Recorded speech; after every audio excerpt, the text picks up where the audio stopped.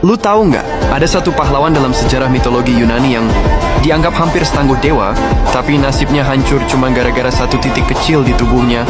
Prajurit yang kecepatannya dipercaya lebih cepat dari angin, kekuatannya setara setengah dewa, tapi emosinya bisa meruntuhkan satu bangsa. Ironinya, seluruh kekacauan perang Troya berubah arah bukan karena strategi, tapi karena harga dirinya terluka.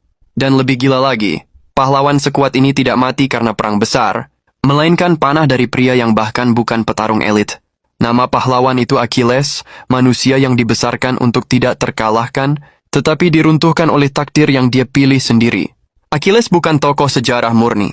Dia berasal dari Iliad karya Homer, epos Yunani tertua yang memadukan sejarah perang Troya dengan mitologi.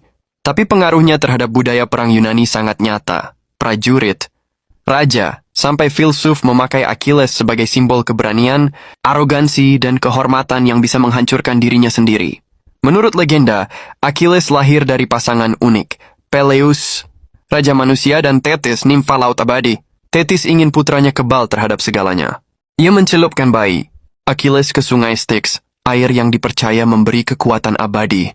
Masalahnya, Thetis memegang Achilles di tumit, titik kecil yang tidak terkena air suci. Dari sinilah istilah Achilles heel, kelemahan fatal, muncul dan bertahan ribuan tahun.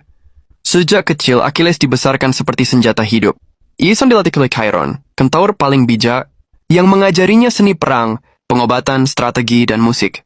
Chironlah yang membentuk Achilles menjadi prajurit paling cepat, paling kuat, dan paling berbakat dari generasinya. Bahkan di antara para pahlawan Yunani, Ajax, Odysseus, Diomedes, Achilles masih berada di level berbeda. Masalah muncul saat ramalan datang. Achilles ditakdirkan punya dua pilihan hidup. 1. Hidup panjang tapi tanpa kemasyhuran. 2. Mati muda tetapi namanya akan abadi. Untuk seorang pahlawan Yunani, pilihan kedua adalah jalan kehormatan tertinggi.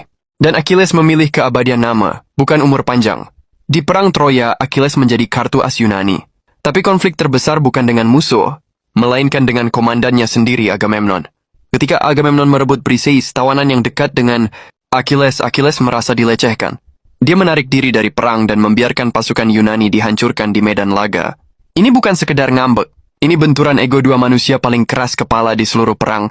Patroclus, sahabat terdekat Achilles, meminjam armor Achilles dan turun ke medan perang untuk memulihkan moral bangsa Yunani.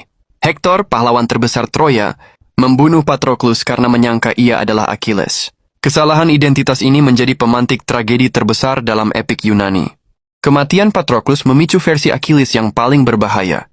Manusia yang tidak lagi peduli soal kehormatan atau aturan perang. Ia kembali ke medan laga dengan niat tunggal balas dendam. Di puncak